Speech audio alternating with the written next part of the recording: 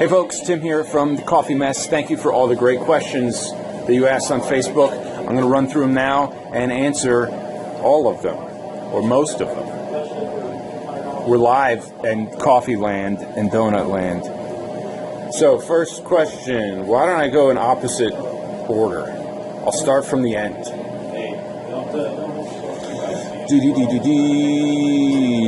Helena Stolar, why does coffee make you poop?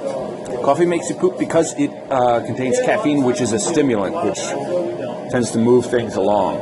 Also, what is chicory and how is it different from coffee and what makes it taste so damn amazing? Kathleen mentioned that it's a plant. It's a root. It's added to coffee. Has its own particular flavor. Typically, it's blended with low-quality Robusta coffee.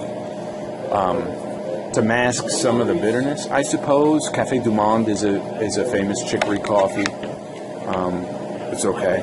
Mario says, "Where's my decaf?" I'll send that out this week. I just had to roast some more. Alan Pollock, why does anyone drink something that without a ton of cream and sugar tastes like cow urine? Again, I agree with Kathleen. I'm not familiar with the flavor of cow urine. Wonder how you got that knowledge, Alan.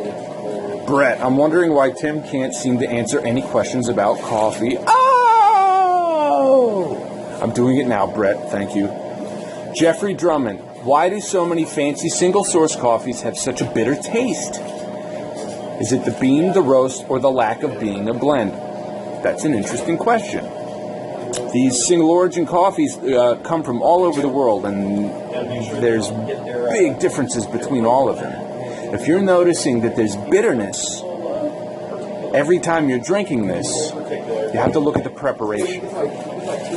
Because these coffees should all taste very different, and properly treated coffee is not bitter. Take a look at where you're getting it and then dial in your preparation, because none of these coffees should be bitter.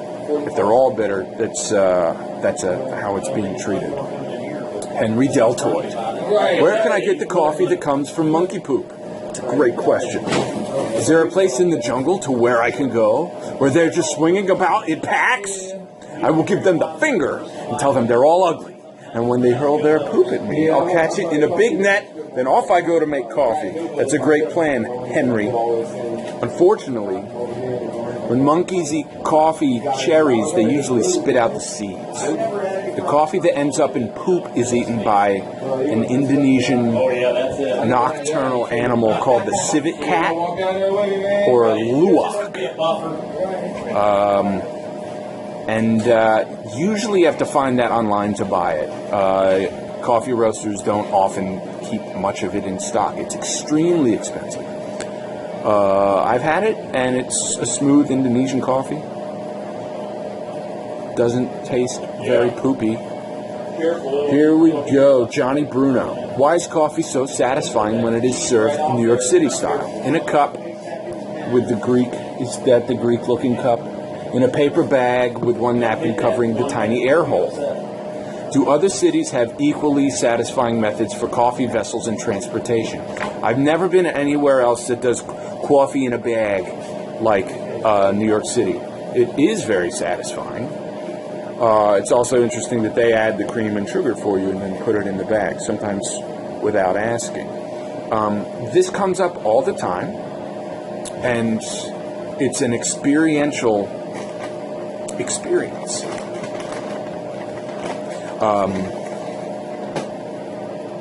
It's the fact that you are in New York City and you're hustling and bustling and trying to get somewhere, and that coffee is a pause and a treat, and it's energizing, and it has more to do with that experience than the actual coffee. Okay. Chris Ann Quigley Sarasso. Why is it that the best coffee I've ever had was in Costa Rica, where you packed the grounds into a cloth condom thing and poured boiling water over it so it would drip into a banged-up aluminium pot? Was it the grounds, the condom, the pot? That's sock coffee. Sort of esoteric form of pour-over coffee. And this is a similar answer to Johnny's question. It wasn't the method, it was you were in Costa Rica. You were having fun and experiencing a new coffee experience. I assume you don't live in Costa Rica. You're on a trip that's maybe once in a lifetime, maybe twice in a lifetime. You'll never replicate the coffee that you have. You can get the same exact beans roasted the same exact way, prepared the same way in your house, and it won't taste the same because it's a completely different experience. That's one of the neat things about coffee. It's the experience you have while you drink it affects how you perceive that coffee. Michael Brumball. Coffee has many good health attributes, but not the way I drink it, which is more like coffee-flavored sugar cream with sprinkles. How do I transition from yummy coffee-like drinks to real coffee? Which, as others have said, I love the smell but don't like the taste. That's a great question. Coffee is very healthy if you don't load it up with unhealthy calories. What I'd recommend is you get a good single origin or blend coffee that's freshly roasted from someone you trust. Have them show you how to prepare it. I'd recommend a pour-over style. And then just sip it, smell it, sip it, think about it. If it's properly treated, it should taste wonderful. It won't be bitter. It won't taste like what you're used to. But that's if you want to get into drinking black coffee, the way to start is to get some really good stuff and make sure it's prepared properly. That's the way to ease into it. One other tip I'll give you is sometimes people who are into coffee brew it very strong. So you may ask for someone to knock the coffee ratio down a little bit so it's easier to drink. Because when it's real strong, if you've got the taste for it, it's okay. If you've not got it yet, it can be a very intimidating and difficult thing to drink, even though it isn't bitter. It may be very strong. Jennifer Ingalls Kay. What is the deal with decaf coffee? I really want to like coffee, but I can't tolerate caffeine. It makes my heart race. But all the decaf coffee I have tried is terrible. I feel for you. I understand. Decaf is the last refuge of the true coffee lover who loves the drink but can't have the caffeine. I recommend you find a reputable local roaster. People love my decaf coffee because I find really nice beans. I roast them with care, and then I make sure it gets to my customers when it's really fresh. Some of them call me in a panic asking if it's decaf. It is decaf. You can find it, but you won't find it at the grocery store. You gotta go to someone who's roasting it. If you want to talk to me, I can send you a bag. You can try the stuff that I do. Mike Cole, organic coffee make any difference in terms of quality and or taste? That's a great question. The organicness of it, I don't feel affects the quality or taste per se. Now, what you do have with farmers that are growing coffee and other crops organically is that there is more attention that they have to pay to their plants. There's more they have to do. They have to pay closer attention, and it's a more hands-on growing production kind of experience. And that does make a difference. So you will tend to find organic coffees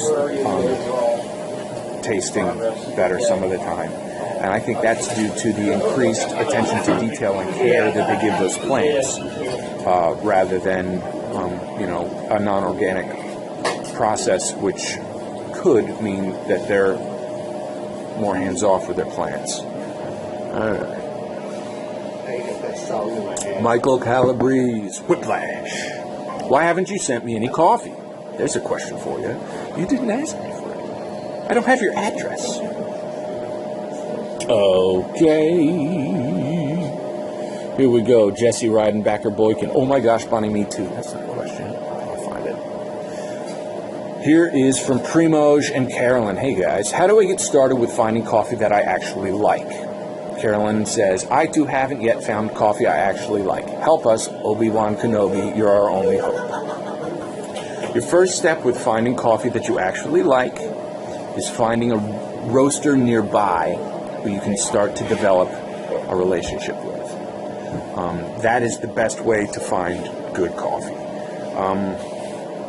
They will let you try some different things, get your feedback on it. When you say, oh, I like this about this, but not this, someone who's knowledgeable about coffee can then guide you toward the things that hit with you. For some people, coffees from certain parts of the world hit with them and others just don't. For some people, a certain roast profile, how light or dark the coffee is roasted, it hits with them and sort of speaks to their taste buds, while other people don't like that style. So it's a matter of working with someone and getting instant feedback on what you're drinking so they can steer you in the right direction. At some point, maybe next time I'm in New York, we can do something like that. That might be a lot of fun. Eric Williams, hey Eric, what's the most common mistake us drip brewers make? Number one mistake is probably not grinding the coffee right before you brew it. That is the biggest impact you can make on the coffee you make at home. Grind it right before you brew it. Instantly your coffee will be twice as good or more. Thanks, Eric. Good question. Charlie Downs, hey man, I recently picked up a hand-cranked burr grinder because I can't afford an electric. So who am I, a Kardashian? Thought you were, Charlie. The burr hype was real, but a pain in the ass at 5:30 in the a.m. How long will ground coffee keep in, say, a mason jar or other airtight container type thing? Not long. You can do it the night before and brew it the next morning. It'll probably taste okay. It'll taste much better if you do it right before. Here's a tip for you hand crank coffee grinder users. You can use a cordless or corded electric drill to put over take the crank off, and you can get the drill on there. Don't go full bore. You want to grind it slowly.